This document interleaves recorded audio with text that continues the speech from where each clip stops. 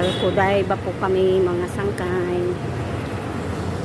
Magpapasyal-pasyal kami kasi may hinahanap kaming plastic para sa aming itatayong negosyo. Siyempre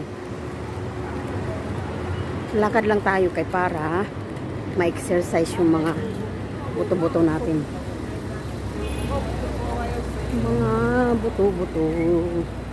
Faiz Jewelry, di ba? Doon to sa ano? Uy, ang dami nilang ano branch ha. May Faiz din doon sa New Era eh.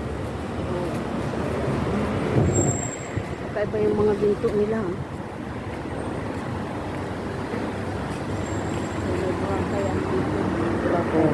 Boracay Cafe. O, diba?